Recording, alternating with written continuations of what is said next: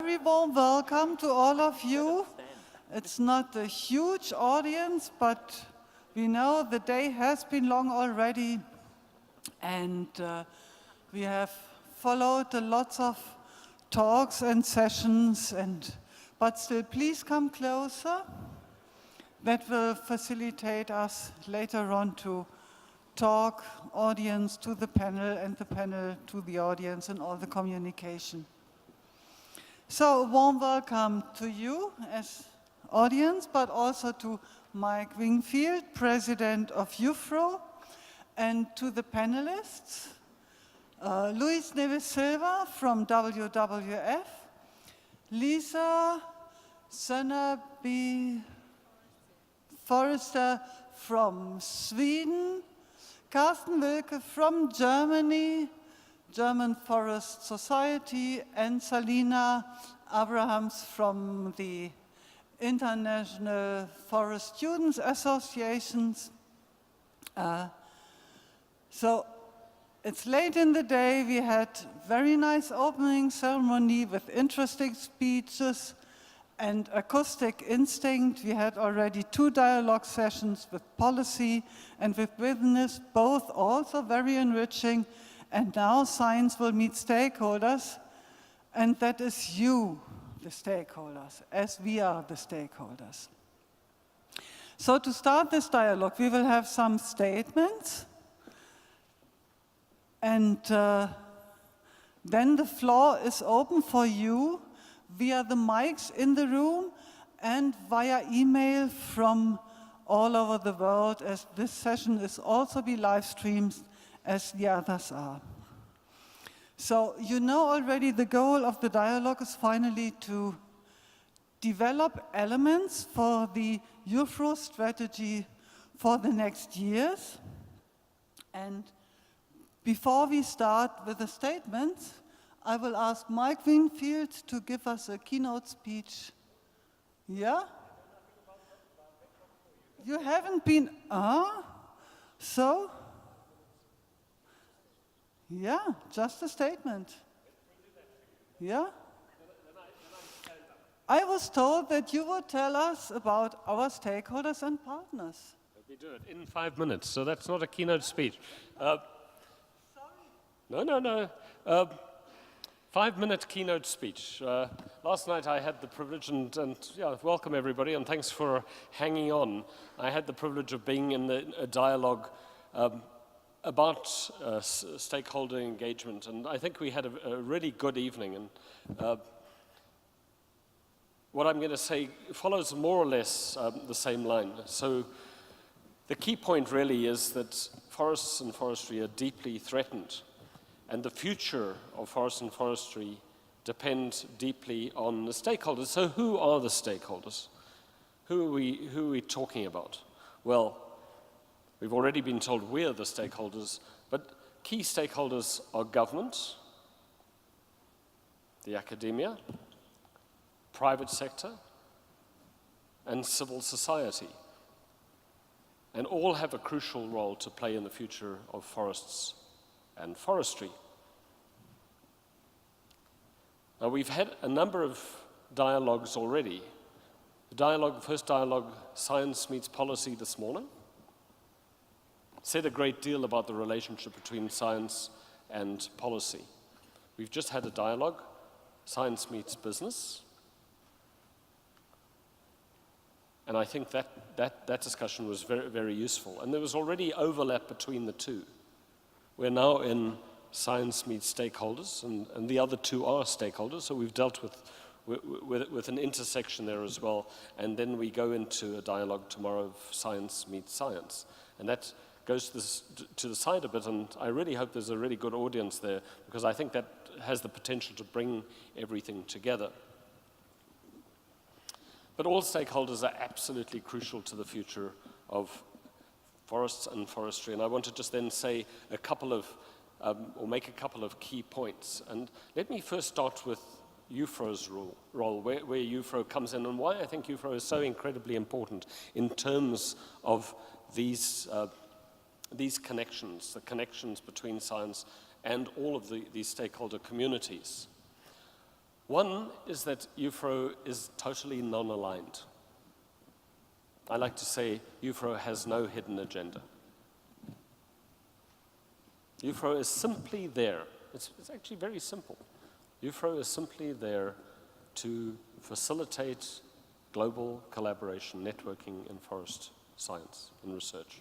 And it's the only organization in the world that has just this role, which means that it can engage with and promote the interests of all of these stakeholder communities in a way that no other organization can. And it's already happening. As the president of IUFRO, I would just like to see a lot more of this. Non-aligned and non-advocating. So many a time we're asked, I'm asked, the IUFRO office is asked, to provide opinions on issues, and some of them very controversial. I'll give you an example. Should the forest industry be dealing in genetic modification of trees? That's a very controversial issue.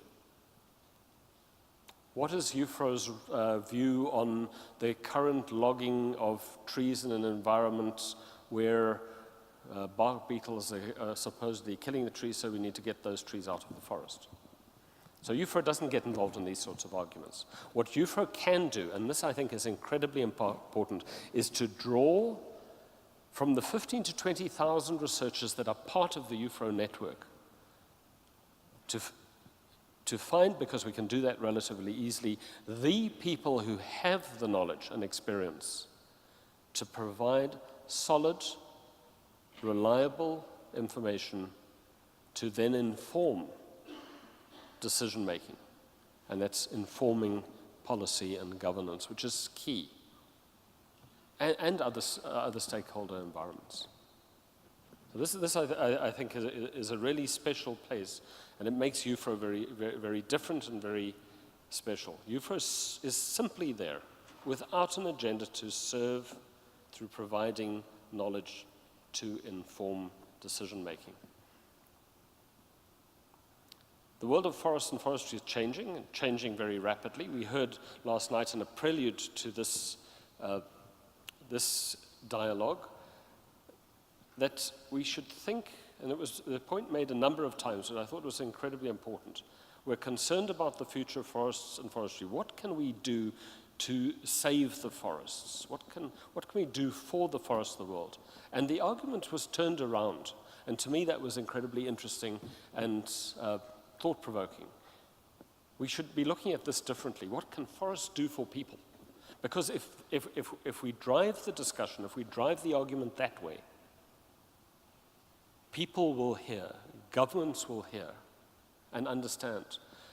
Somebody said this morning, I think it was Gordon Person, made the point that people want wood.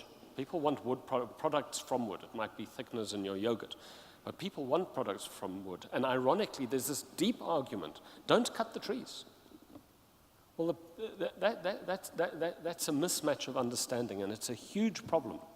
But if we change the argument to accept forests and forestry for the people, providing the water that we drink, if civil society really understand that the forests are absolutely crucial for the water we drink, for the food that we eat, for the employment of people,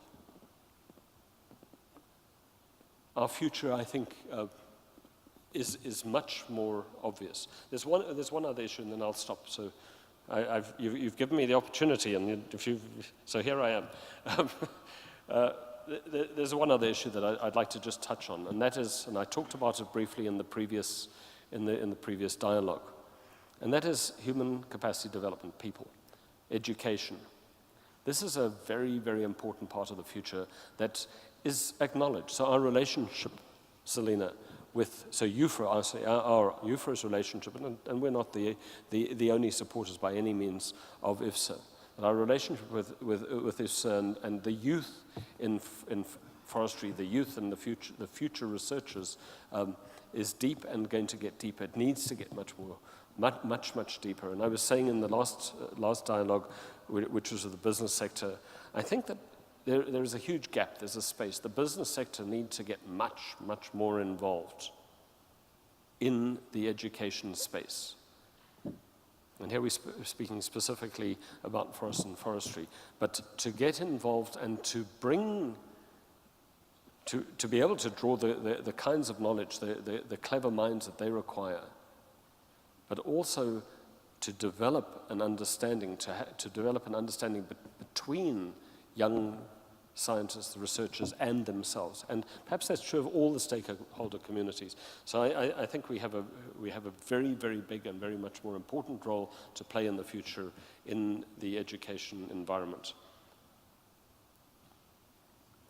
And that is, I think, where I'm going to end. I think I've said a number of controversial things and maybe a few too many. So let me hand the microphone back and let's hear the other panelists.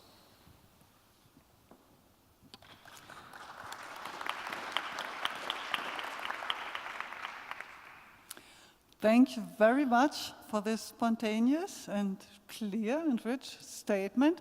So the stakeholders, the issue of this sessions, who is in the room? So I would like to ask you to raise your hands following, I'm coming here, then I can see you much better than with the light directly in my eyes. So I'm asking for governments, for intergovernmental organizations, business and industry, NGOs and youth. So who from you is coming from governments? Well, that's not much. So from NGOs? From business and industry? Academia? Yeah, it's a researchers' congress. So, and from youth? So again, a very warm welcome to all of you. We will now start with the statements, and I will invite, firstly, Lisa Sennaby-Fosse.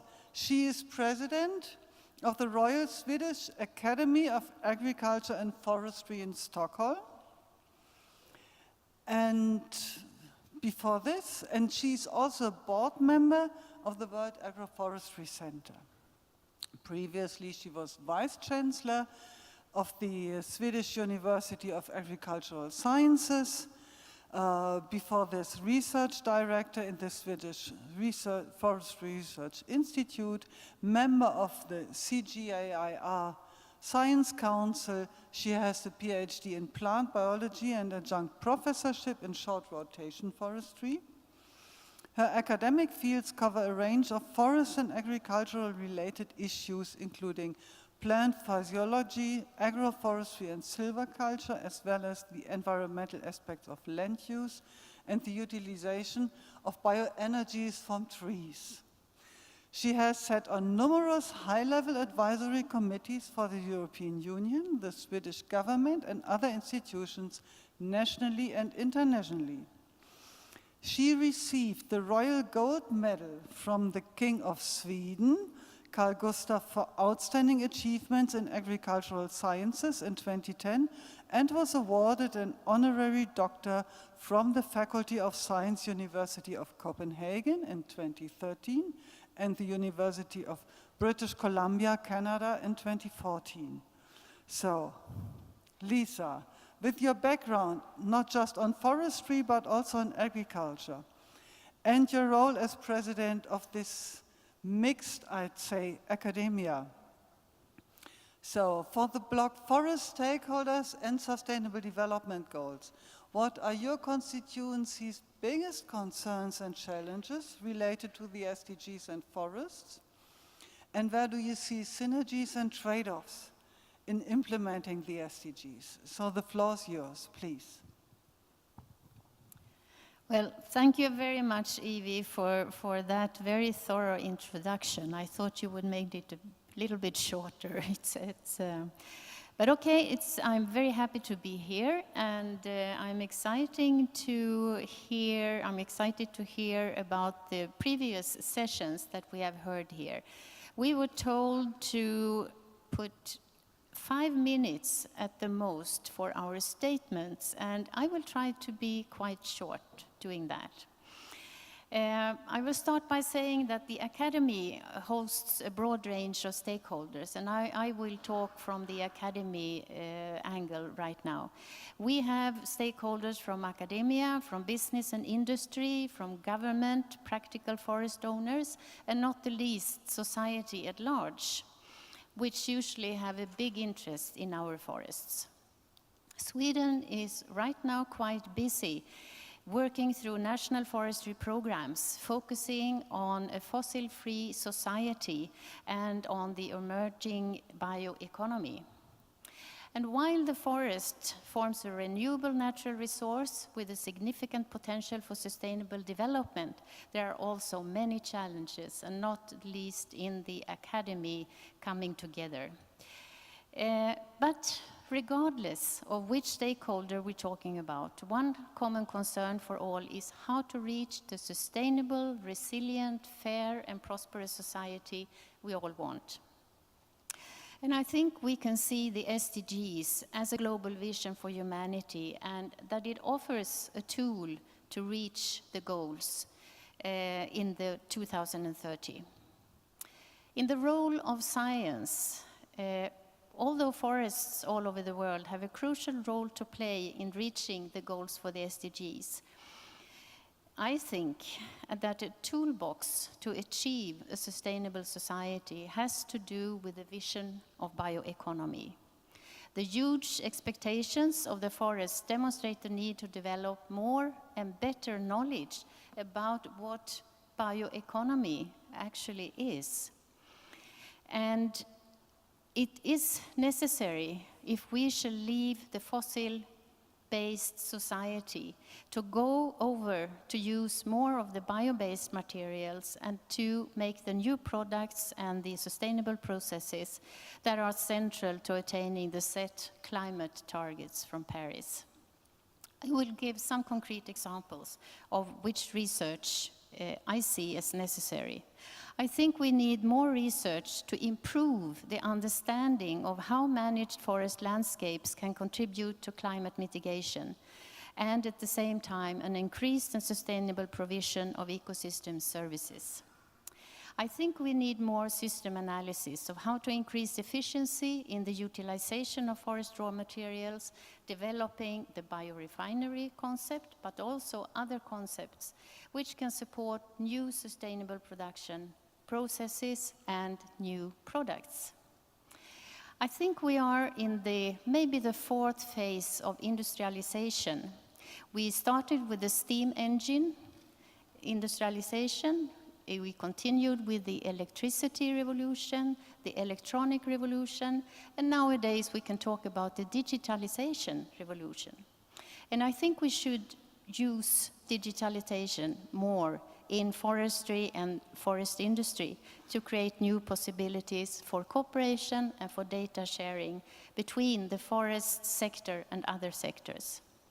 Finally, I see the need for interdisciplinary approach. This is obvious, and we need the social sciences much more than what we have today in the forestry sector to help define and overcome conflicts and obstacles for social changes that might be difficult to implement.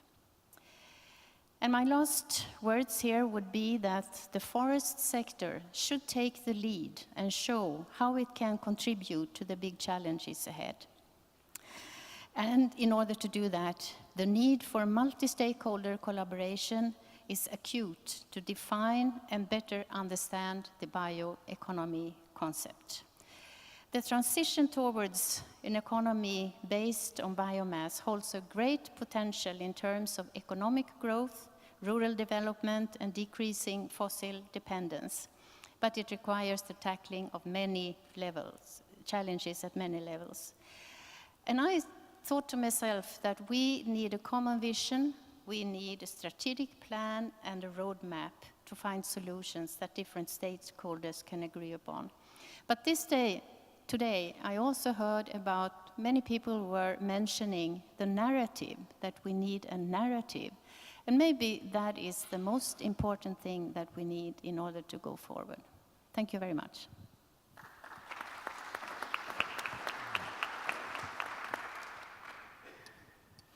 Thank you very much, Lisa. That was a real plaidoyer for bioeconomy.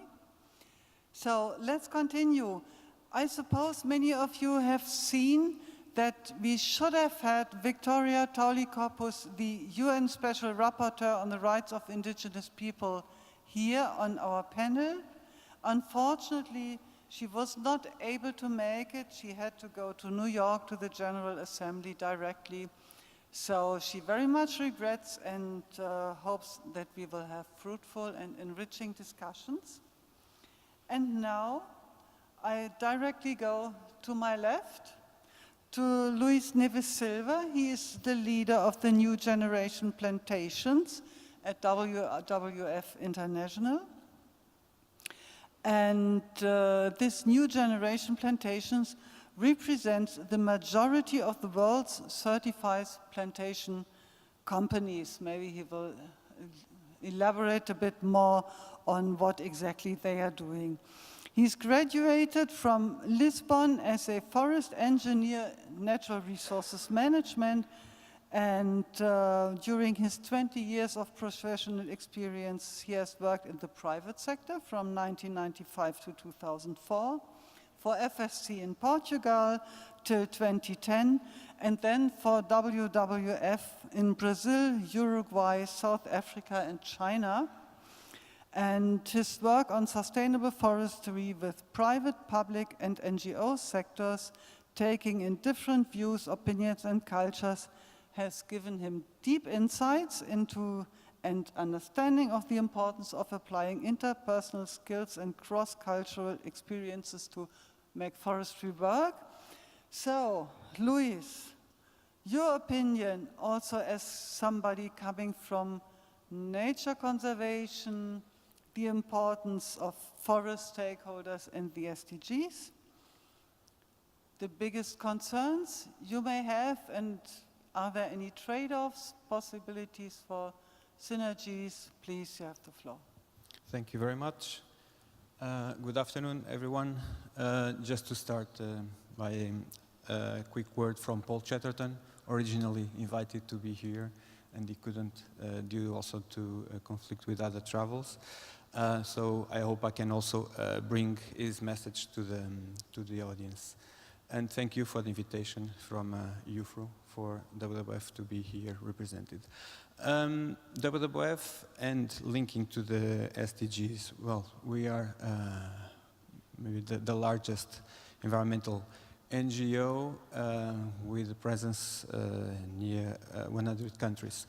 And it gives us a big responsibility, which we take this responsibility with the level of ambition we put on our mission.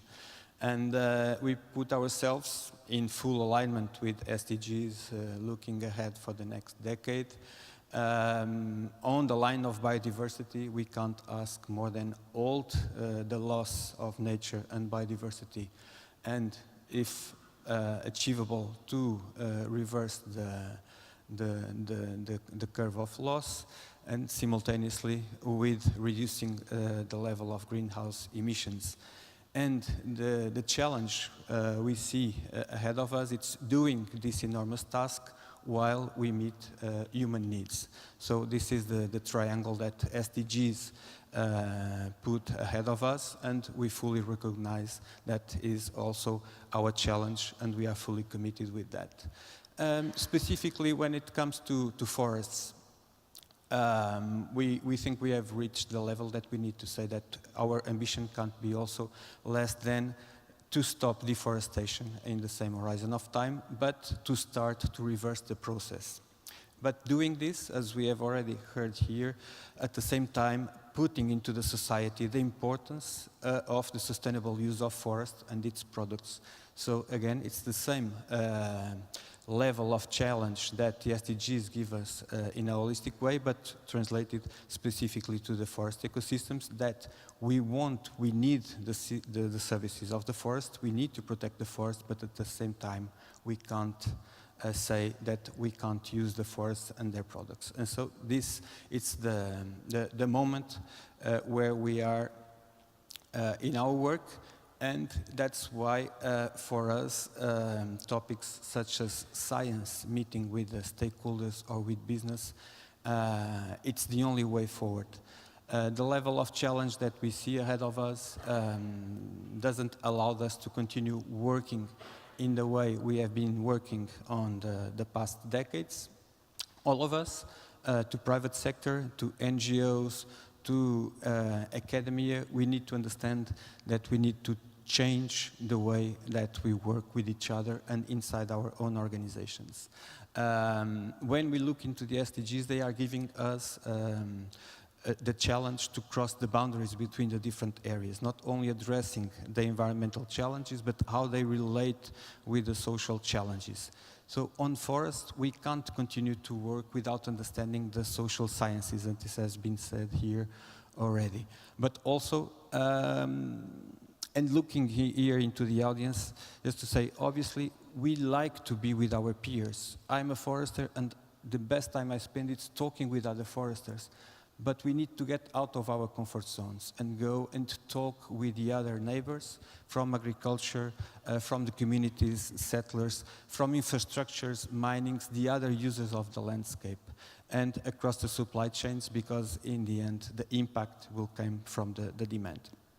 All this said, and coming back again to the question on the SDGs and to the level of challenge we have, it's unreachable with the way we have been working until now at the scale of projects.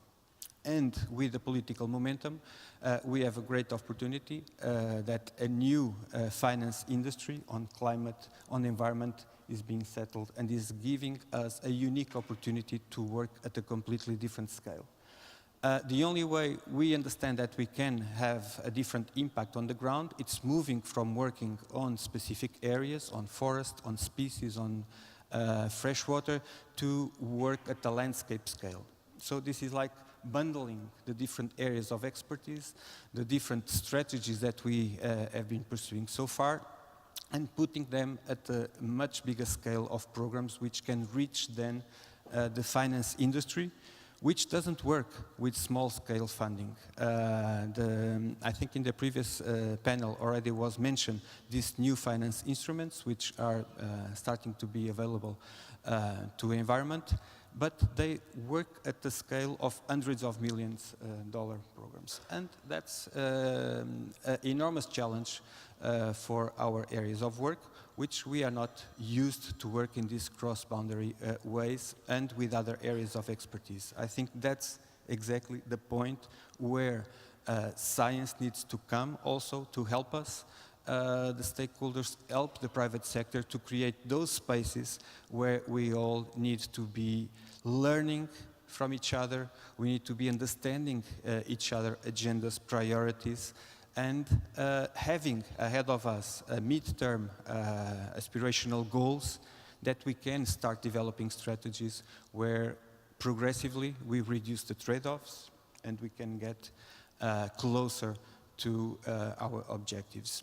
Just to give a very specific example, and I'll finish, at the IUFRO Planted Forest Task Force, 2 years ago we have started to work with the initiative that I'm leading, the New Generation Plantations, where we sit with the leading forestry companies, with government departments and with WWF network. And this has been, so far still a short road, but a very steep learning curve, where I think this is the right way for organizations such as IUFRO, WWF, create the space for the private sector, for governments and other stakeholders to come and work together in a different way. And I'll stop here for now.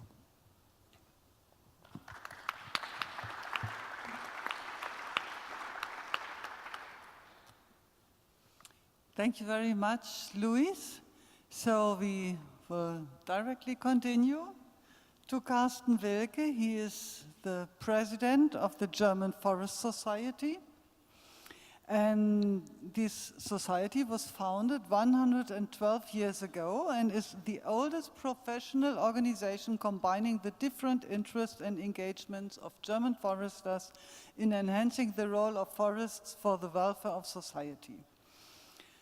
Counting more than 6,000 members, the German Forest Society is the biggest professional platform of the forest sector in Germany, and its network for international sustainable forest management serves to promote German foresters and forestry in international operations and to support capacity development of international students.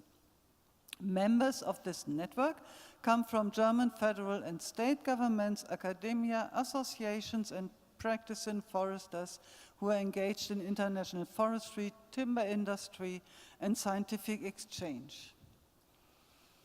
By profession, Carsten Wilke is Director General and Head of Forest Department within the Environment Ministry of Hesse. He studied forestry at the University of Göttingen, and he told me something noteworthy.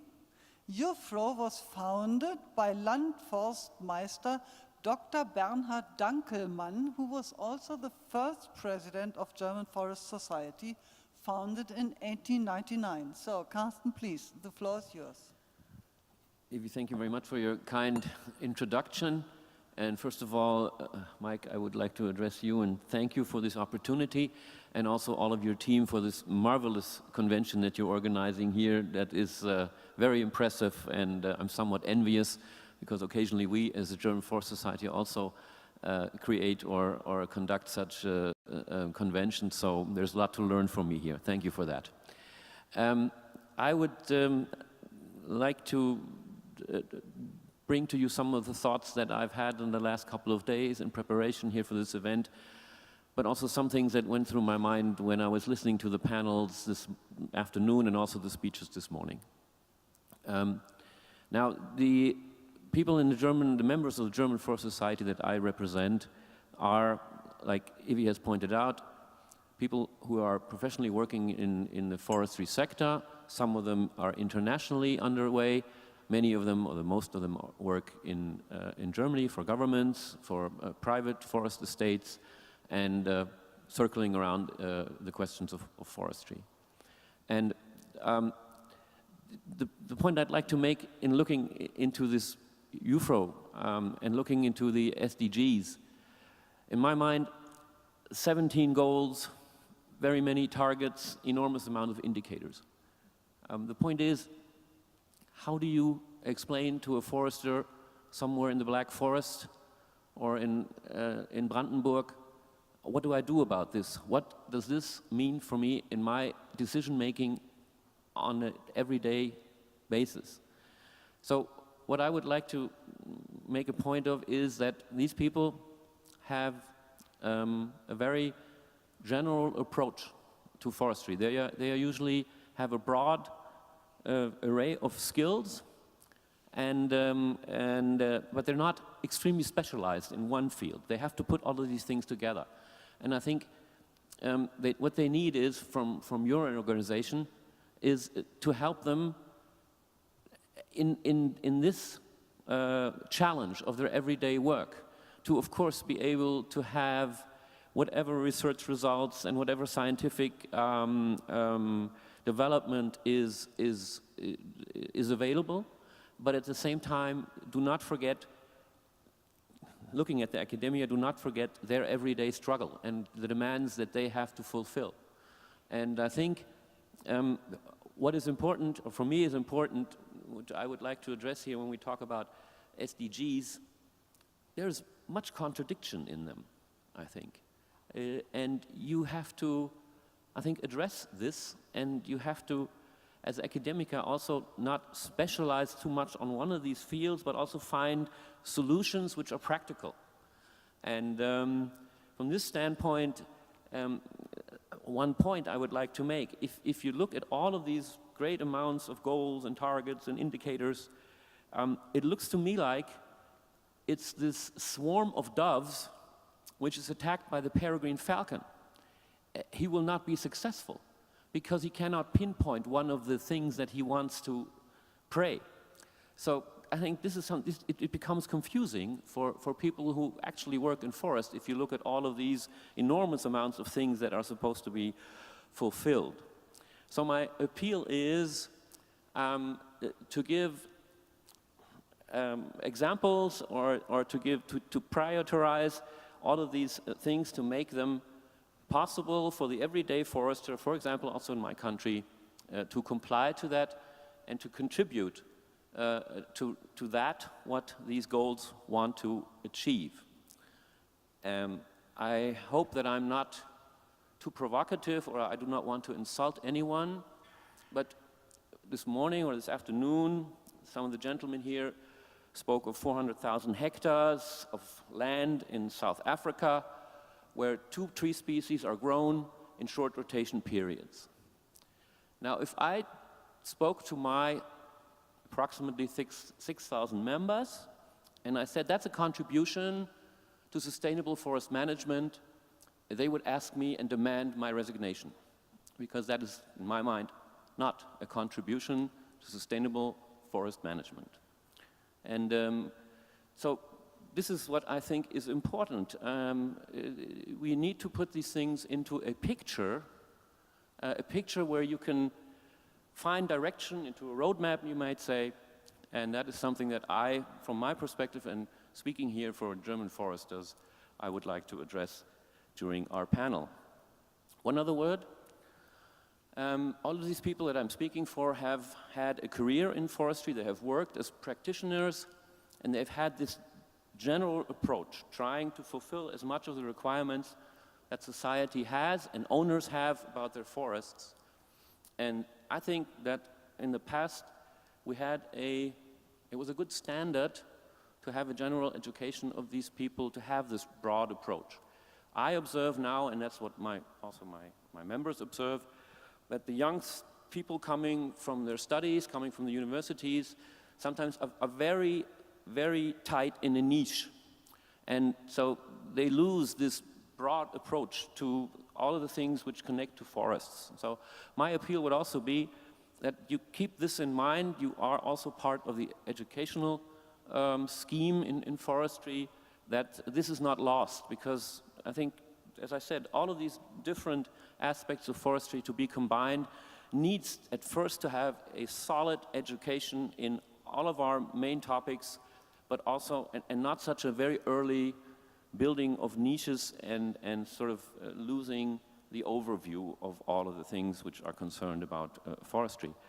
And looking back to Dankelmann and those people who worked in the 19th century, I think one point, I'm not saying that it has to definitely be that way, but all of them in Eberswalde, for example, were, while being researchers, they were actually managing the forests of Eberswalde. That was their everyday work. They were actually doing these things. They were managing forests. They were cutting trees, they were planting, they were building roads.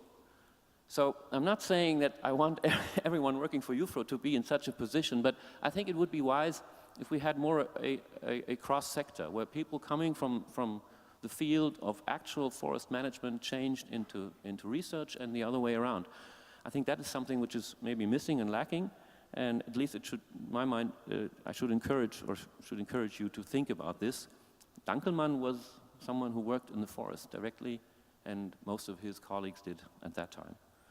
So I hope I have not insulted anyone or have been too provocative, but that is my opening statement for this panel. Thank you.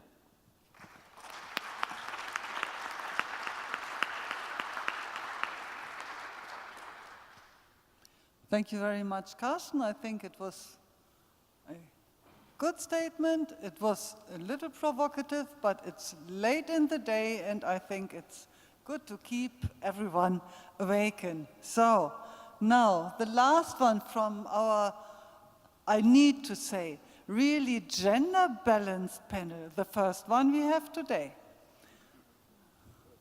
Yeah, yeah, please. So, Salina Abraham, she is the president of International Forestry Students Associations. And you're a passionate youth advocate and current president of the IFSA. Prior to being elected president, you served as head of the International Processes Commission of IFSA. And there you worked to craft policy recommendations and to coordinate youth delegations to the UNFF, UNFCCC, Conference of Party of CBD, and others. And now you completed your studies in the University of Washington in the School of Environment and Forest Science and the Department of Economics. And that research also took you back to your home country of Eritrea to explore land restoration efforts and community impacts at the country's first modern mine. Now you plan to continue your studies at Wageningen University next year, and there you hope to dive more into research on agroforestry investments throughout Africa. So, what is the expectations of the youth of the IFSA? Please, you have the floor. Thank you. Yeah, that's a question I get asked very often, and I appreciate being a representative of such amazing young people. We have a great organization, and some of you in the audience may know our organization, IFSA. We are an organization created by students and run by students. And essentially, we're in the business of empowering, connecting, and educating forestry students and environmental science students around the world. We do this by creating opportunities. So you may have seen us. One of us is an intern. We have partnerships with various organizations, a great one with IUFRO. And you may have possibly been an alumni in the past. So to all who have, we welcome you. And to all who haven't, I'll give you a little taste of what the youth think right now. But before I dive into the youth perspective, I want to come back to something that I think we all can agree on, and it's something that we've heard discussed yesterday and today. And this is the inadequacy of science communication. So our inability to reach the other. And this goes beyond climate deniers.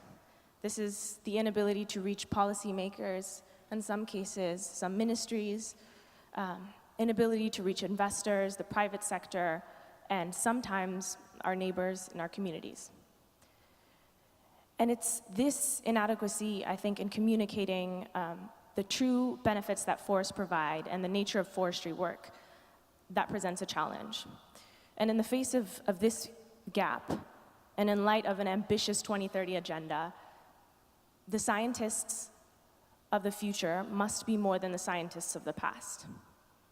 And many of the people in this room may feel the pressure already, but I must say, young people, we feel it, we know it, and we want to be prepared and ahead of it.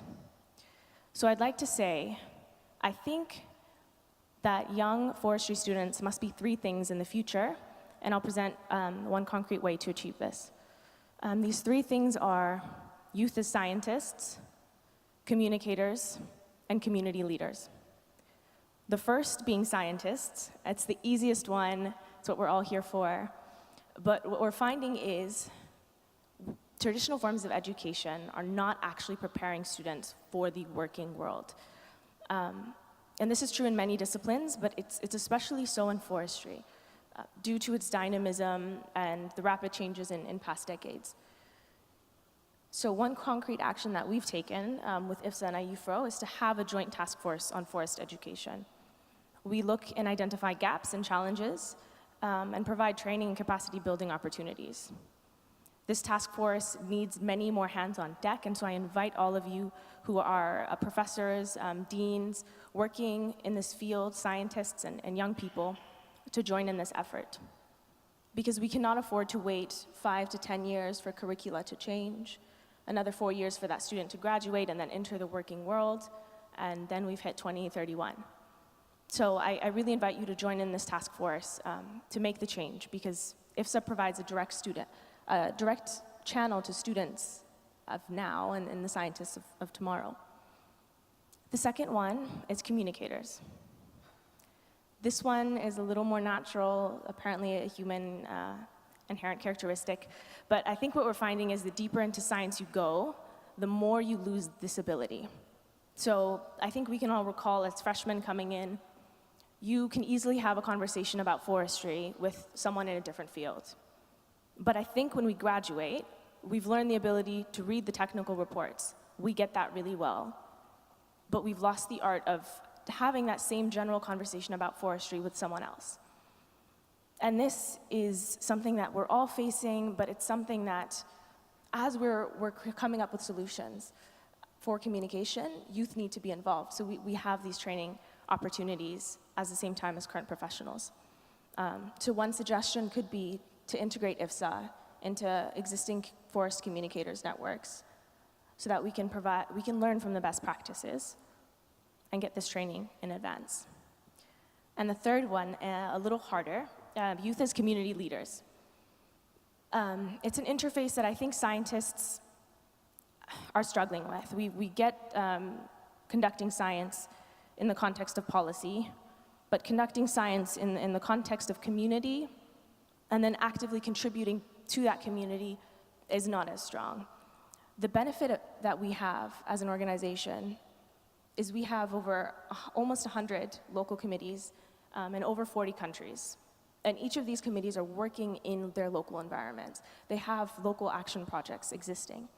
And so what I would love to see is more of a connection between IUFRO scientists providing some technical expertise to these projects run by youth that are existing on the ground, maybe some synergy with national policy planning, or now after hearing the science and business panel, also some alignment with good-natured interests in the private sector. And that could be a really great way of combining efforts, because we are all making an effort. It's really just about streamlining them so that we can make further progress towards the SDGs. And I think I'd like to, these questions that were posed by the panel are difficult to answer on a general term on behalf of an age group of 0 to 35, I think officially. But I would like to say in general, the challenges that are facing forestry today are precisely the challenges that youth are facing. So if there is a discussion on how to present a solution and a young person is not in the room, that solution is unsustainable. So I think we should work together, and that's the essence of what I want to say today. Thank you.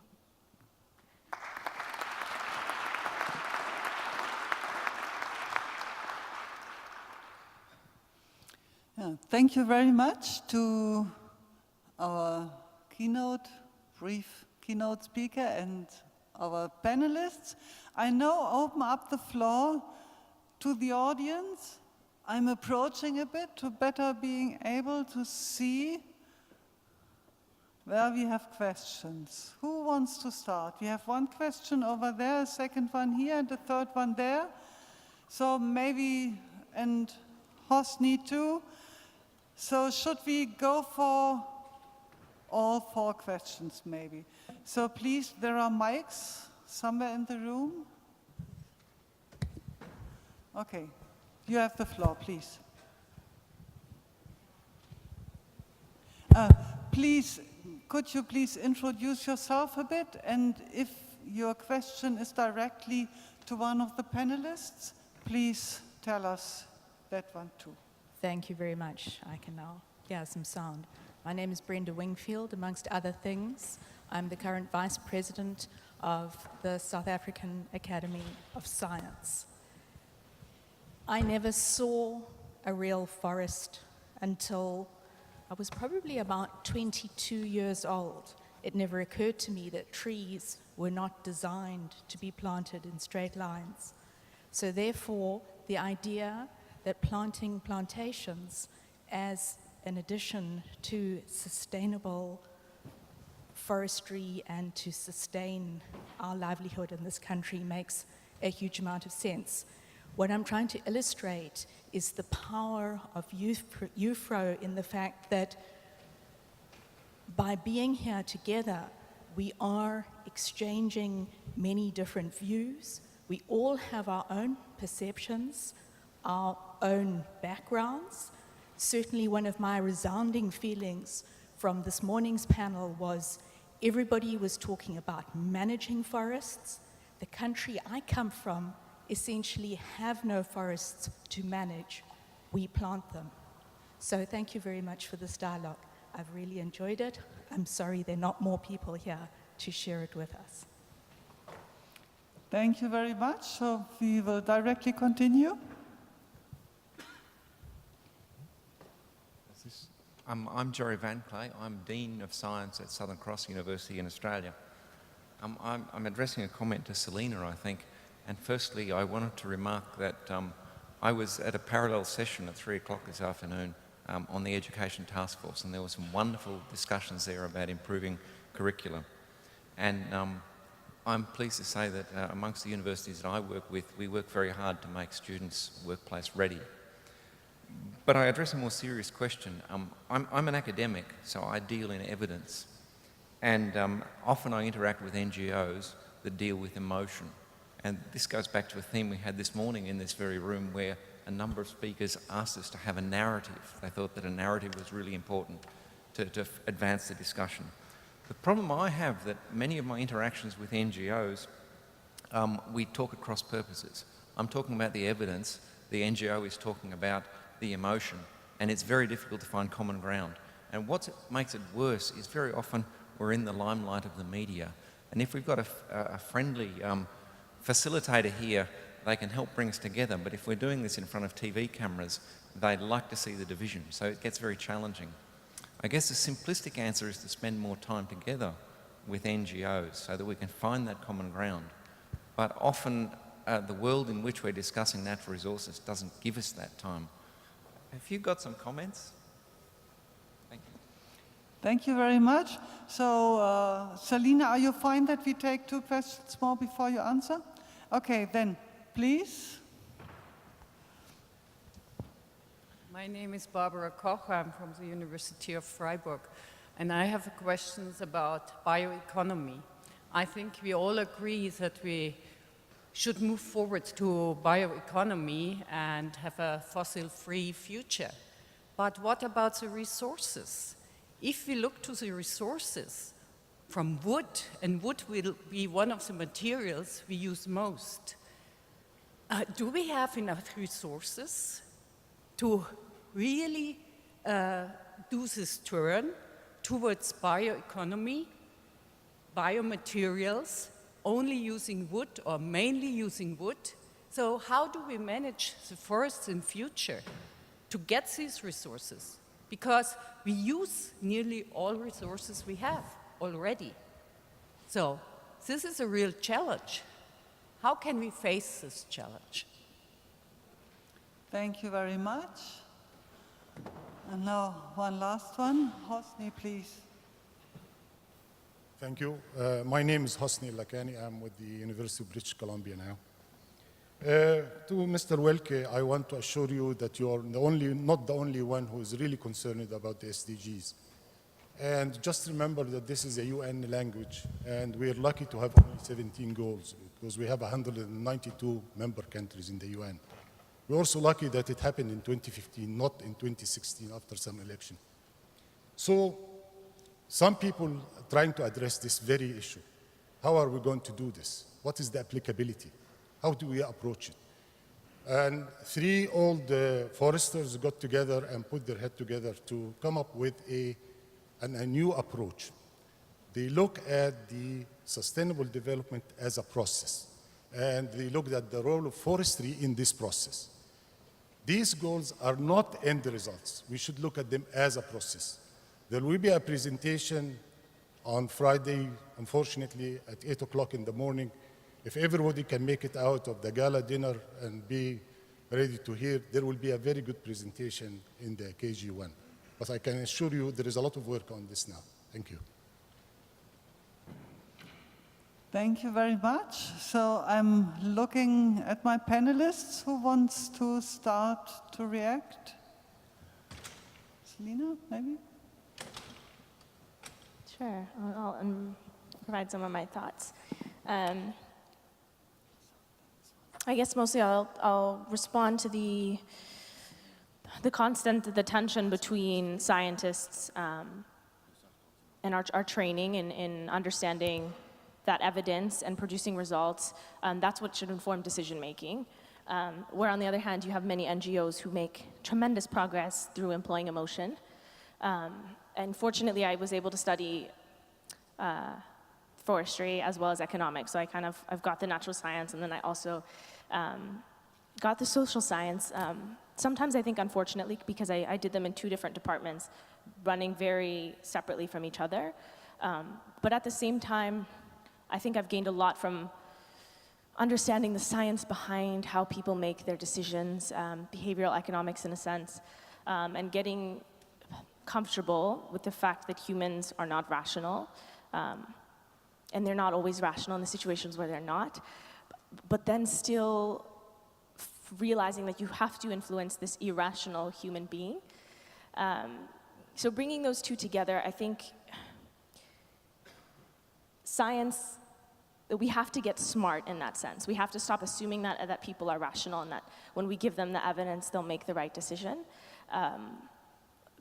And I say this because we're in such a pressing time. If it wasn't that critical, if it wasn't time sensitive, we could probably try some other routes before resorting to emotion, in a sense, or other things that we feel like they don't fit with this traditional view of science.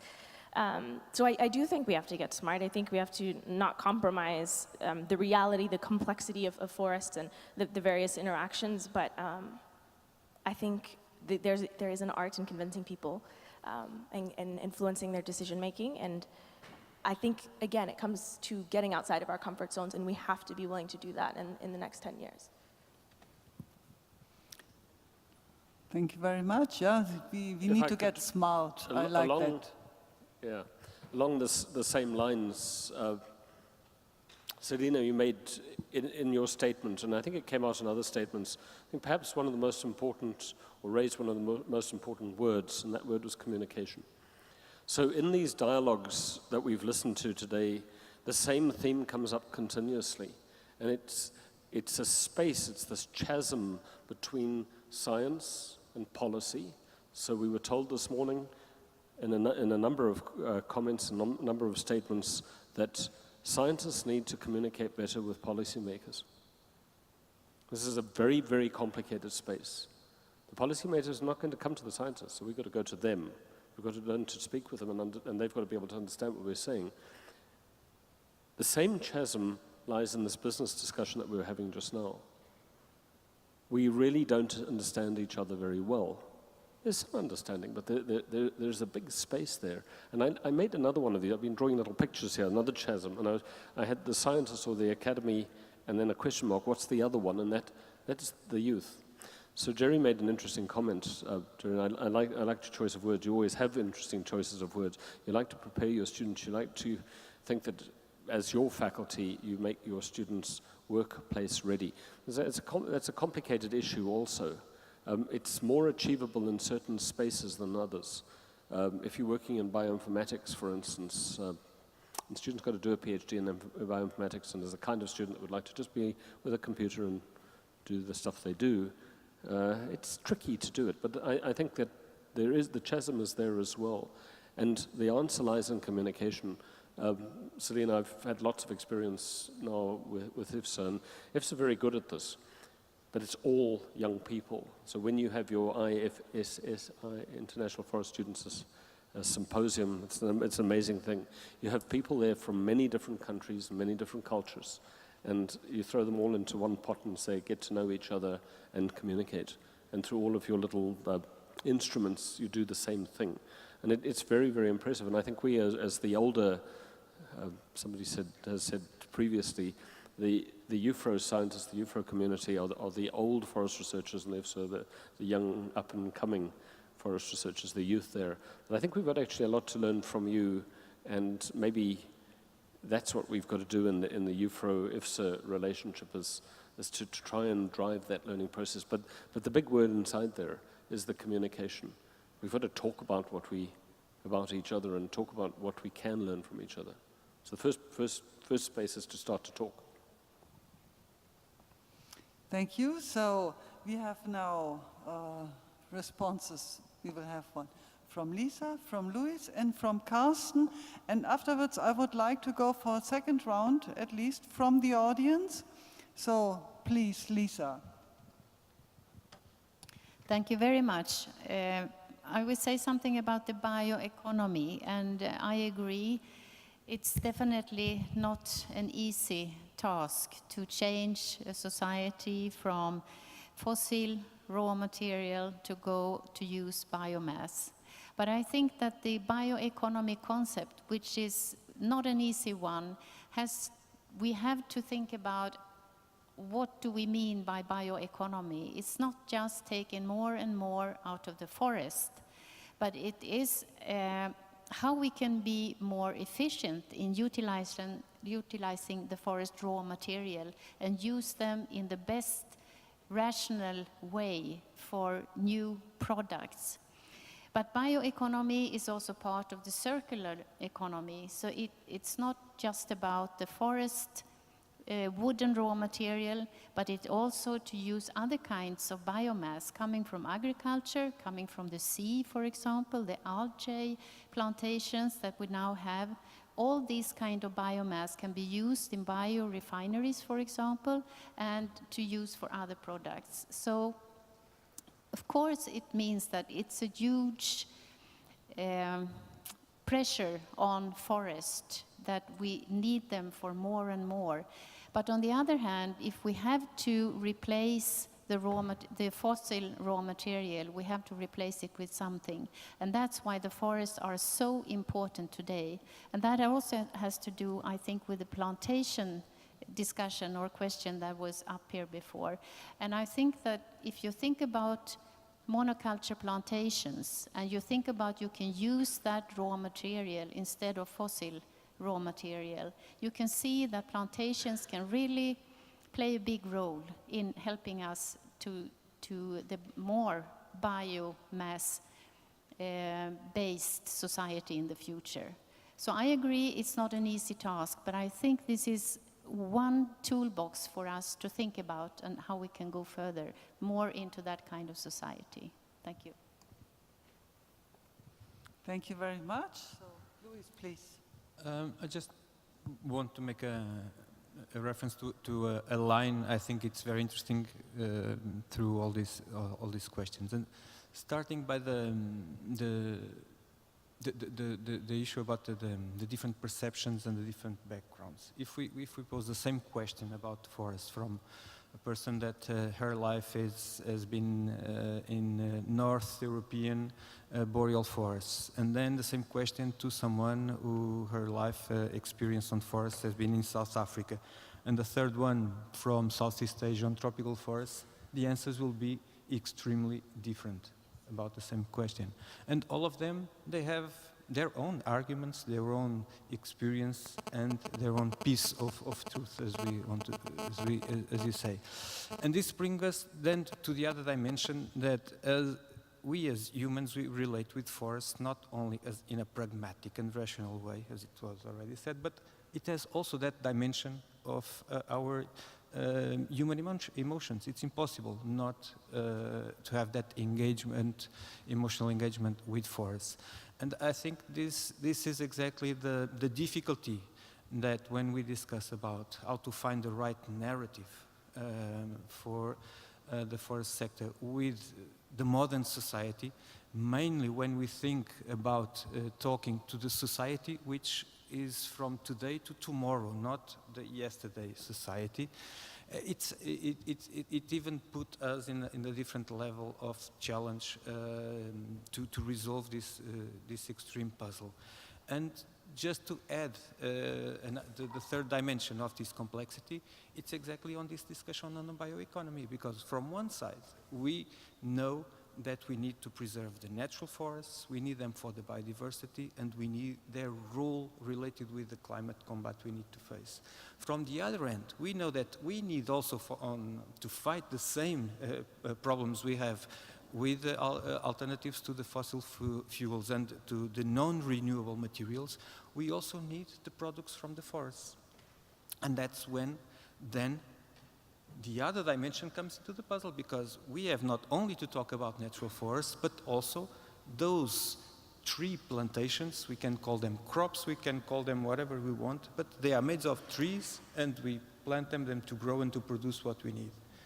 And putting all this together, how can we explain ourselves, our activity to the modern society in 140 characters? It's very difficult. So, 140 characters. Now you get, I will give you some more, but we will have a second round with the audience. So, Carsten, please, some comments? Well, I think the last gentleman addressed my statement, and I hope that I understood your comment correctly, and just again try to illustrate my point. If we don't have let's say, an agreement on how to fit all of these different aspects together, I think that after the next years or whatever period of time we are now aiming at with these development goals, it will be very difficult to really give an assessment of the results. And to my mind, the point is, if I look back, I'm getting older, I'm almost 60. I have seen so many programs, so many targets, so many things in the past, and no one has really ever cared about looking at the results. And because usually they were not so very extremely successful, what we did was we just stopped discussing it and made new ideas. So I think, in my mind, it would be very important to reach somewhat of an agreement of really finding realistic things to go. And of course they will be different in different parts of the world. But I think that more effort should go into that, to be able to really give an assessment of the efforts that we're making and the results that we are having with that. And I'm sorry to say, Lisa, but I don't agree your comment about Professor Koch. For me, if I look at plantation forestry, I know they give a contribution to the biomass or renewable questions, but what about the soil where they grow? What about the input of fertilization? What about the inputs of pesticides? I think, I mean, you know, these things cannot be set aside just looking at one of these aspects, if you ask my opinion. So that's the point I'm trying to make. I know it's extremely complicated. I don't have the answers, to be honest.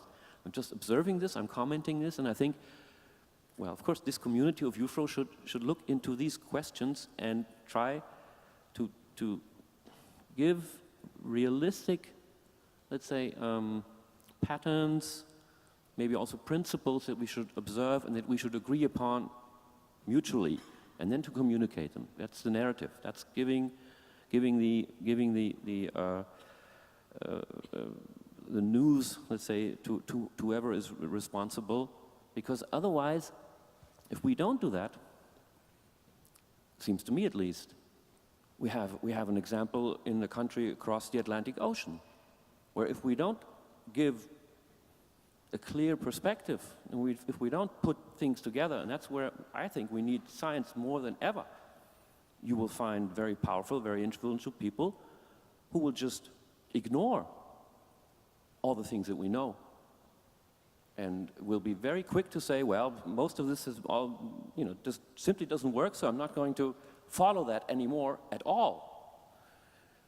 I think your Prime Minister, former Prime Minister, made it very clear this morning. He talked about a situation in some of our countries where people who are giving very simple answers are becoming very popular.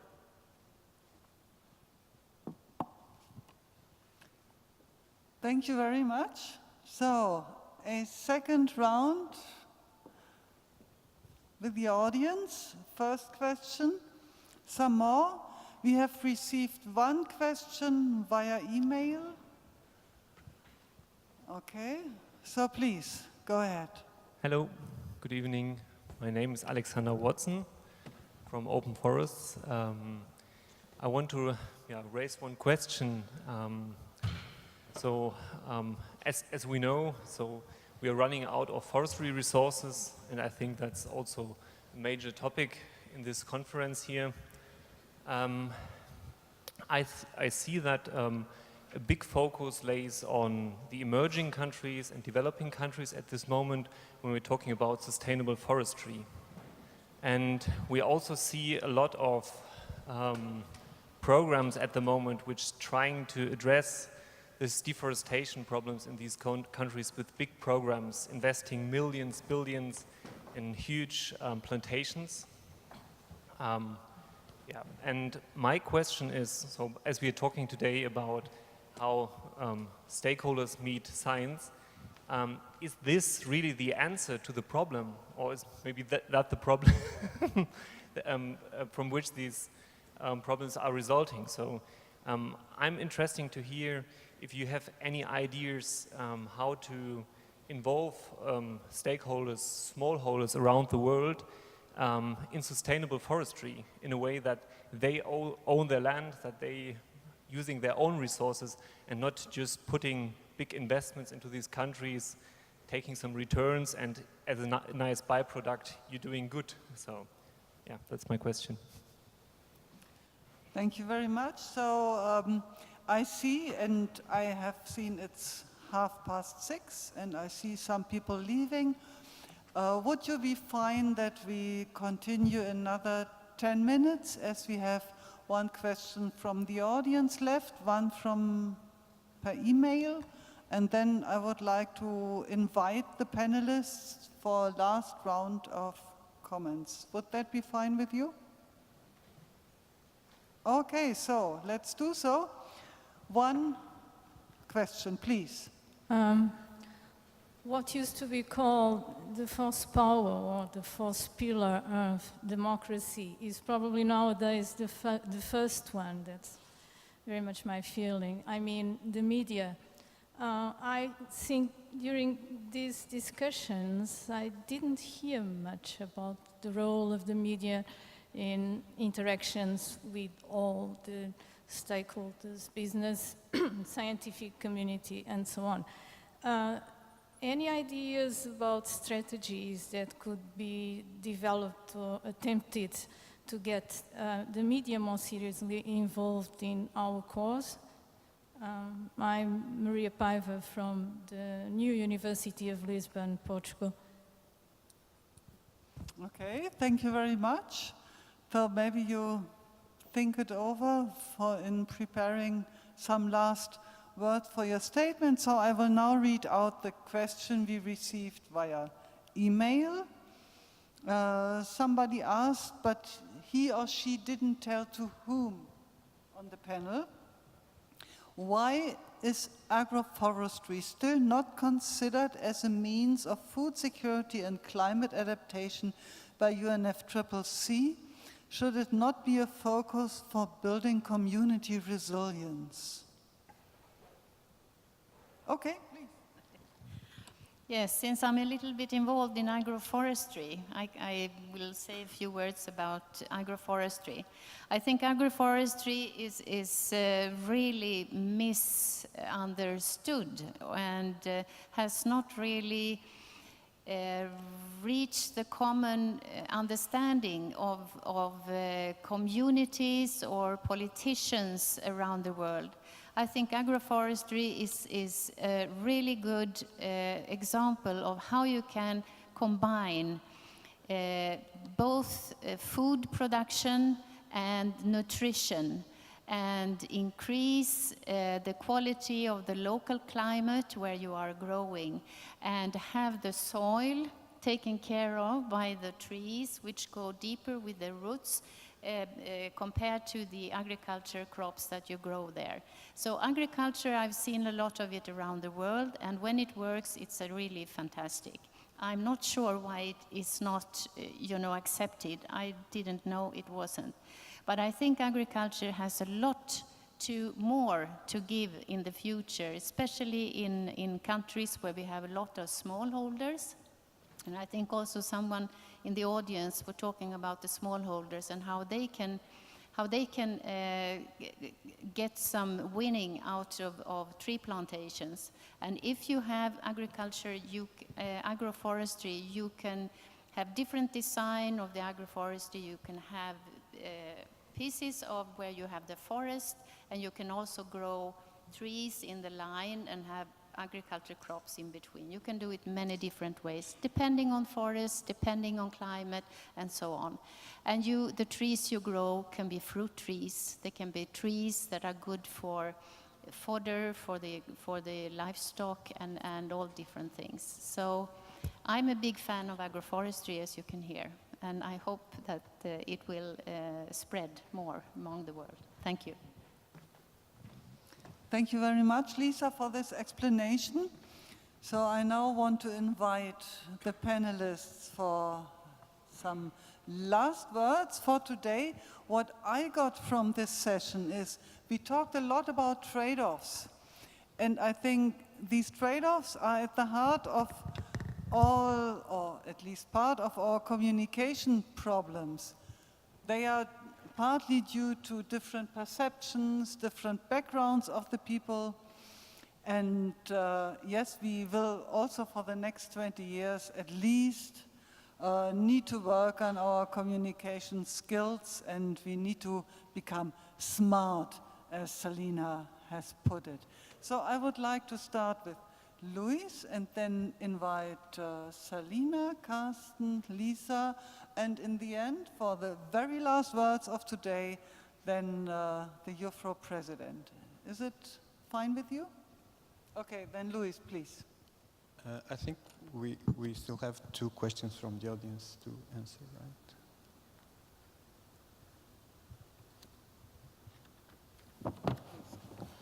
right? I think that there were one referring to planted forests, right? Yeah. And I think it links also with previous comment. But I think what I can say is to redirect to the IUFRO Planted Forest Task Force, because that's where the most advanced research on plantations exists. And their plantations, I think they have evolved enormously in the last 40 years. If we look back into the way we planted trees 40 years ago, enormous mistakes have been made, including in South Africa, a country that was already mentioned here. And obviously, the same happened with agriculture. We have learned, we have research, and today we do it much better. If all the answers are there, I doubt. But there is an enormous amount of knowledge, and when we have the opportunity to apply the best practices, I think today we can reduce the negative impacts quite interestingly. And then it's the discussion about the trade-offs, what we gain, what we lose. I think that's where research is really important to help us on having good decision-making on these issues. The other question, it was related with the role of media. And on that one, more and more, my opinion is that I think we should ask for help to experts from other areas and stop pretending that we foresters can do everything. We have already learned to ask for help on many other areas, and today we work with multidisciplinary teams on many environmental areas. And I think on these new challenges on social sciences, on communications, that we start to have a much more clear idea how important it is for our future role as a sector, the importance of communication. I think we clearly need to ask for help on these areas because they are so outside of our normal comfort zone and areas of knowledge that, and they are so sophisticated today, so complex that I think we really should work with other knowledge areas. Thank you very much. So, Selina, you are finished? Ready to go? Yeah. Sure. I'll give my final thoughts and then respond to the question a little bit, hopefully about media. I think that fundamentally, I think we're missing dialogue, and that's why we're having more of that here. But I don't mean just dialogue in panel settings. But true conversations and exchanges and experience that allow you to break down your prior perceptions and views and allow you to evolve and grow. And Mike brought up the International Forestry Student Symposium that we hold. And this past year it was held in South Africa. And we bring together over 100 students from different countries, and we start to have discussions with each other. I'm sure many of us came in saying, how are South African plantations sustainable forest management? And then you have South African students who are with you every day for 2 weeks. You have these discussions, you learn about their environment, their culture, their practices in management. And I think it's that exchange in experience, the willingness to be challenged, to counter and to adapt your perspectives and understand what global forestry is. That's what makes you, I think, a better scientist and a citizen and a contributor to global forestry. And at the end of the day, also, when you go back home as a forester. So that's my perspective as a whole. And on media, I think it probably comes back to what people are interested in. And it's getting back to the heart of what people want to click on and what drives them and their interests. And that'll be an interesting black box to figure out for foresters and scientists in the future. Thank you. So we directly continue. Carsten, please. Well, first of all, I thank the audience for being patient with me, and I'm somewhat embarrassed for my poor English, but I hope most of you have understood me. But the final point I would just like to make again is to point out this question: do we have an agreement about what actually the principle of sustainability means for us? Because I think it's a guideline for all of these development goals, which we have to sort of put into a fitting picture. And for the moment, at least, I cannot see that picture, but maybe I'm a little bit blind, or maybe just narrow-minded. That might also be, of course, my problem. Yes, thank you.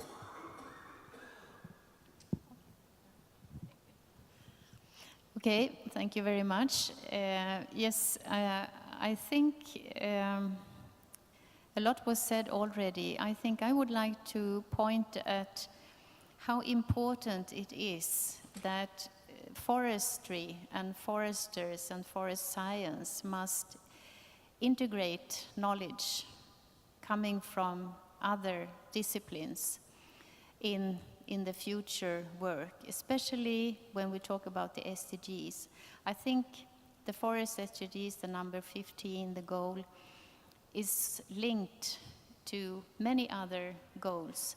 And I think we need to listen to other sectors. I think we need to have much more interaction with other sectors, because forestry today is not business as usual and business only for foresters and forest science.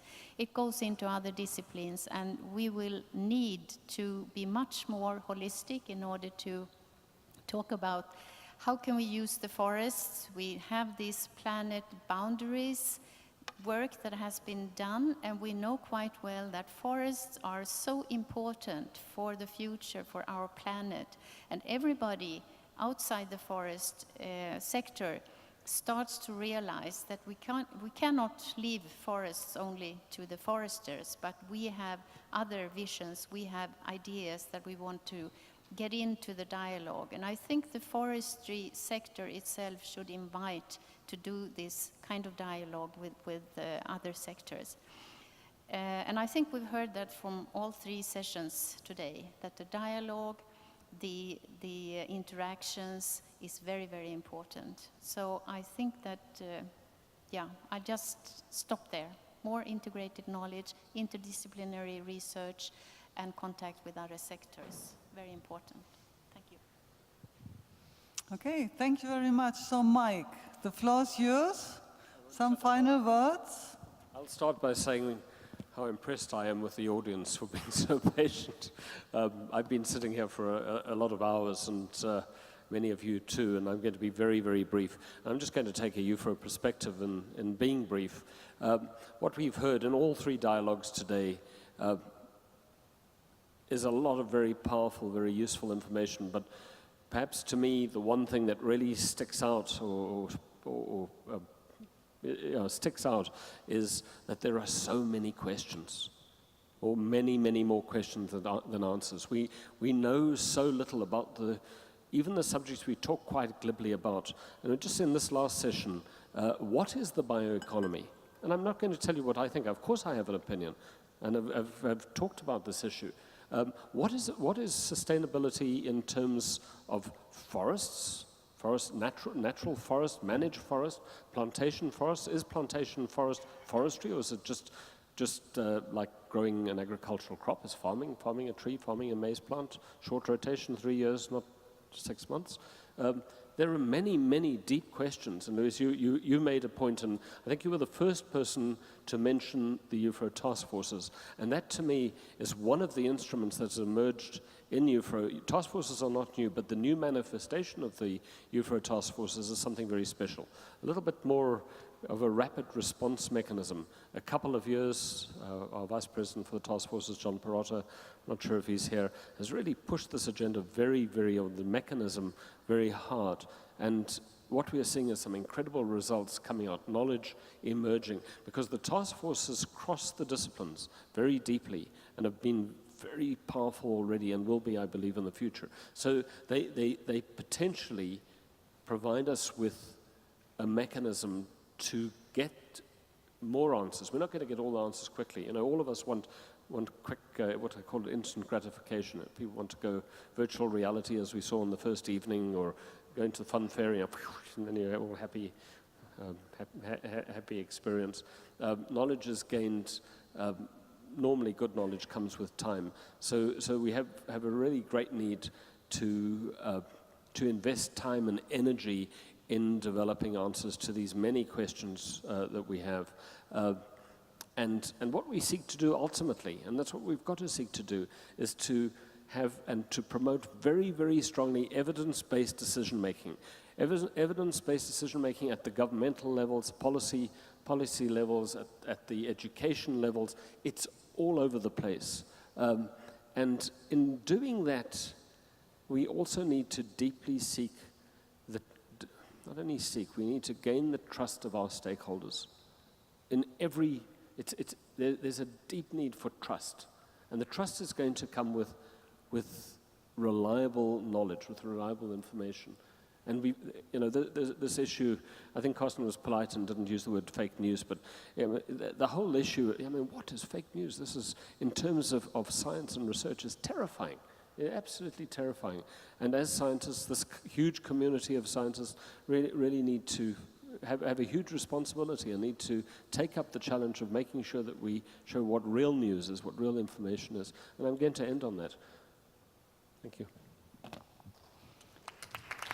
Yes, a big round of applause to the panelists, please. And thank you very much to the audience, to your patience. Thanks very much to the panelists, and thanks very much also to IUFRO, especially Alexander, who invited me to act as the moderator. It was a pleasure. Have a nice evening.